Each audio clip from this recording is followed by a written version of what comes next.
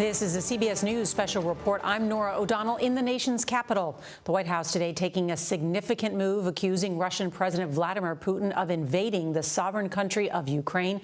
And this is arguably the most dangerous moment for Europe in a generation. And so in just moments from now, we will hear from the President of the United States.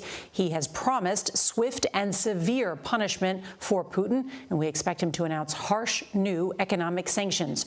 Earlier today, Germany made a major move against Russia by halting the $11 billion Nord Stream 2 gas pipeline project that would carry natural gas from Russia to Germany. And that news sent gas prices soaring and stock markets around the world falling as the prospect of war in Europe looks more and more likely. As we await the president, let's bring in Chief White House correspondent Nancy Cordes. And so, Nancy, what are you hearing about how severe these sanctions will be? Well, Nora, we don't know whether the president will be announcing the mother load of sanctions packages that would basically cut off Western investment to Russia. We're hearing the president walk into the room now, so let's take a listen. Well, good afternoon. Yesterday, Vladimir Putin recognized two regions of Ukraine as independent states. And he bizarrely asserted that these regions are no longer part of Ukraine and their sovereign territory. To put it simply, Russia just announced that it is carving out a big chunk of Ukraine. Last night, Putin authorized Russian forces to deploy into these regions. Today, he asserted that these regions are actually extend deeper than the two areas he recognized, claiming large areas currently under the jurisdiction of the Ukrainian government. He's setting up a rationale to take more territory by force, in my view. And if we listened to his speech last night, and many of you did, I know, he's setting up a rationale to go much further. This is the beginning of a Russian invasion of Ukraine, as he indicated and asked permission to be able to do from his Duma. So let's begin to, I'm going to begin to impose sanctions in response far beyond the steps we and our allies and partners implemented in 2014. And if Russia goes further with this invasion, we stand prepared to go further as with sanctions. Who in the Lord's name does Putin think gives him the right to declare new so-called countries on territory that belong to his neighbors? This is a flagrant violation of international law and demands a firm response from the international community. Over the last few months, we've coordinated closely with our NATO allies and partners in Europe and around the world to prepare that response. We've said all along, and I've told Putin to his face more than a month ago, that we would act together.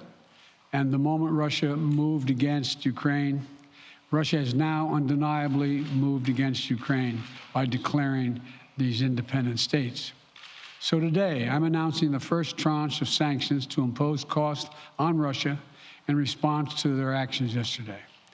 These have been closely coordinated with our allies and partners and will continue to escalate sanctions if Russia escalates. We're implementing full blocking sanctions on two large Russian financial institutions, VEB and their military bank. We're implementing comprehensive sanctions on Russia's sovereign debt. That means we've cut off Russia's government from Western financing. It can no longer raise money from the West and cannot trade in its new debt on our markets or European markets either. Starting tomorrow and continuing in the days ahead, we'll also impose sanctions on Russia's elites and their family members. They share in the corrupt gains of the Kremlin policies and should share in the pain as well. And because of Russia's actions, we've worked with Germany to ensure Nord Stream 2 will not, as I promised, will not move forward. As Russia contemplates its next move, we have our next move prepared as well. Russia will pay an even steeper price if it continues its aggression, including additional sanctions. The United States will continue to provide defensive assistance to Ukraine in the meantime, and will continue to reinforce and reassure our NATO allies. Today, in response to Russia's admission that it will not withdraw its forces from Belarus, I have authorized additional movements of U.S. forces and equipment already stationed in Europe to strengthen our Baltic allies, Estonia, Latvia, and Lithuania. Let me be clear, these are totally defensive moves on our part. We have no intention of fighting Russia. We want to send an unmistakable message, though, that the United States, together with our allies, will defend every inch of NATO territory and abide by the commitments we made to NATO. We still believe that Russia is poised to go much further in launching a massive military attack against Ukraine. Hope I'm wrong about that. Hope we're wrong about that. But Russia has only escalated its threat against the rest of Ukrainian territory, including major cities and including the capital city of Kyiv. There are still well over 150,000 Russian troops surrounding Ukraine. And as I said, Russian forces remain positioned in Belarus to attack Ukraine from the north, including warplanes and offensive missile systems. Russia's moved troops closer to Ukraine's border with Russia.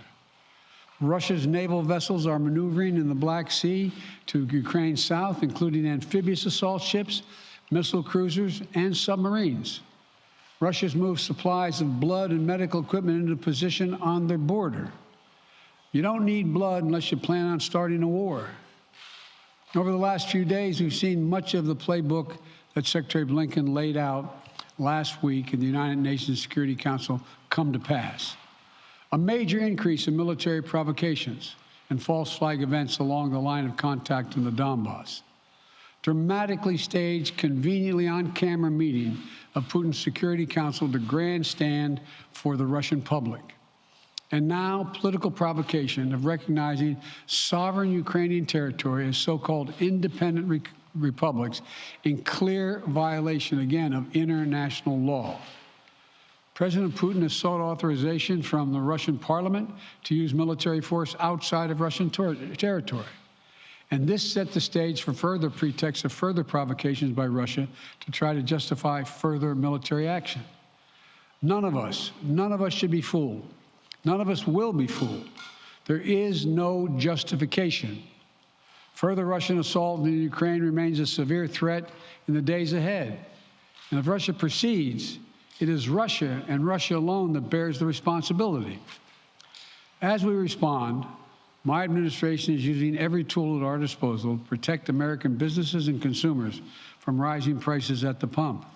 As I said last week, defending freedom will have cost for us as well and here at home. We need to be honest about that. But as we do this, I'm going to take robust action to make sure the pain of our sanctions is targeted at the Russian economy, not ours. We're closely monitoring energy supplies for any disruption. We're executing a plan in coordination with major oil-producing consumers and producers toward a collective investment to secure stability in global energy supplies. This will blunt gas prices. I want to limit the pain the American people are feeling at the gas pump. This is critical to me.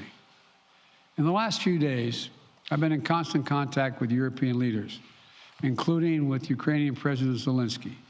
Vice President Harris met in person with the leaders in Germany over the weekend at the Munich conference, including President Zelensky.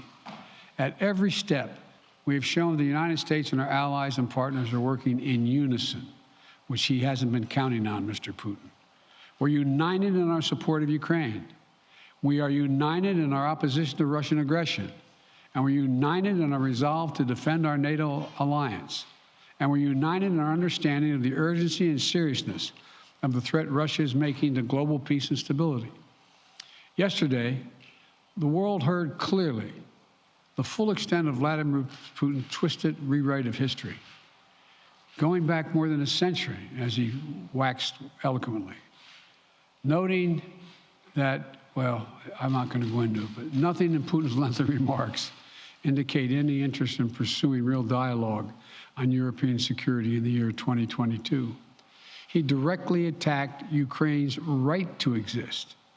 He indirectly threatened territory formerly held by Russia, including nations that today are thriving democracies and members of NATO. He explicitly threatened war unless his extreme demands were met. And there's no question that Russia is the aggressor. So we're clear-eyed about the challenges we're facing. Nonetheless, there is still time to avert the worst-case scenario that will bring untold suffering to millions of people if they move as suggested. The United States and our allies and partners remain open to diplomacy if it is serious. when all is said and done, we're going to judge Russia by its actions, not its words. And whatever Russia does next, we're ready to respond with unity, clarity, and conviction. We'll probably have more to say about this as it moves on. I'm hoping diplomacy is still available. Thank you all very much. The President of the United States saying this is the beginning of a Russian invasion of Ukraine, so I am going to begin to impose sanctions in response, and the President not ruling out further action in defense of NATO. Let's bring in Chief White House Correspondent Nancy Cordes. And Nancy, what did you hear there from the President? Well, Nora, we heard the president for the first time say that he believes that Russia has begun an invasion of Ukraine. Why is that significant? Well, first of all, because it shows that the U.S. believes that any movement into Ukraine, even if it is into territory that is currently controlled by Russian separatists, is a violation of Ukrainian sovereignty. Beyond that, it shows that we are moving into a new phase of this conflict, away perhaps from diplomacy and towards threats coming from both sides, the U.S. imposing some sanctions today, but the president saying very clearly there are far more on the way if Russia moves further into Ukraine. Stand by, Nancy. Let's bring in national security correspondent David Martin. He is at the Pentagon. And David, the president announcing additional troop deployments as well to strengthen the eastern flank of NATO. Explain the significance of that. Well, these are troop movements within Europe. In other words, these are not reinforcements being sent to Europe from the United States. These are troops already stationed in Europe that will be forward deployed to the Baltic states, Latvia, Estonia, Lithuania, which are on the border with Russia. And these are just basically to serve as a tripwire to be there to reassure those countries that America will, in fact, fight to defend you if you are attacked. Earlier in this crisis, the president sent 5,000 paratroopers from the 82nd Airborne to Poland, and they are there now. But they are not there to somehow prevent an invasion. They are there to deal with the consequences of an invasion of Ukraine, and specifically the prospect that tens of thousands or more civilians will come fleeing out of Ukraine across the border into Poland, and they will need to be processed and housed and fed until they can move on to some other place. So that is the status right now of U.S. forces. There are also another 8,500 on alert back here in the United States to further reinforce NATO if a full-scale invasion does take place. NATO has not yet requested those reinforcements. David Martin at the Pentagon, thank you. Let's bring in senior foreign correspondent Charlie D'Agata. He is in Ukraine's capital of Kyiv. And Charlie, the nation on a state of alert there with a number of government officials being moved further back from the border. Explain the state of play there. Well, the real question tonight will be whether those sanctions will do anything to stop President Putin's war machine. I think Ukrainians will be in agreement with the president when he said that the invasion has already begun. That has been the case in that Donbass region to the east. The real concern now is whether we're going to see combat between Ukrainian forces and Russian forces in that region. Here in Kyiv, they're hoping it will be contained to the east. But what's concerning is the fact that President Putin got authorization from the Duma to use military force outside of Russia. That essentially sets the stage for Russian forces to widen its war in Ukraine. More concerning, as we just heard the president say, in their case, the worst-case scenario, massive military attack, including the capital. At the moment, everybody's expecting an increase in fighting between Ukrainian forces and Russian forces, not Russian-backed separatists, but actual Russian forces, these so-called peacekeepers who've been brought into eastern Ukraine, and whether that's going to widen to further parts of Ukraine. Charlie D'Agata in Kyiv, thank you. Let's return to Chief White House correspondent Nancy Cordes. And, Nancy, the President of the United States is set to give his State of the Union address. He's set to announce a new Supreme Court justice pick. And now, of course, he is dealing with this Russian threat on the European continent. Explain what you're learning behind the scenes in terms of these steps, the sanctions that are now being issued. Is diplomacy dead? Will the Secretary of State meet with his Russian counterpart? Will the president even have that summit with Putin that was floated? Are those off the table? The president said at the end of his remarks he hopes that diplomacy isn't dead. He hopes that talks can continue. At the same time, any type of summit between President Biden and President Putin had been floated last week appears to be off the table for now that Russia has actually entered Ukraine. Could the Secretary of State meet with his Russian counterpart later this week, at least telephonically as planned? We still don't know. Earlier today, a national security official said that was going to be up to the State Department to announce whether that phone call was on or off. There's no question the White House would rather deal with this diplomatically. So if they can keep those lines of communication open, they will. At the same time, the President of the United States is in constant contact with his European allies as they work to announce these sanctions in lockstep to send a powerful message to Putin that the entire West is arrayed against him. It's a very important point, the president making that point that the West is united. You saw each of them step by step announcing new sanctions, not only the British government, the Germans, of course, with Nord Stream 2, the European Union cutting off travel restrictions and other for wealthy Russians, and now, of course, the President of the United States following. And as Charlie D'Agata noted, will it make a difference, and will Vladimir Putin blink tonight? We will be watching, and our coverage will continue on CBS News Streaming, your local news, and tonight on the CBS Evening News. This has been a CBS News special report. Thanks to our correspondents and producers in the field. I'm Norah O'Donnell in Washington.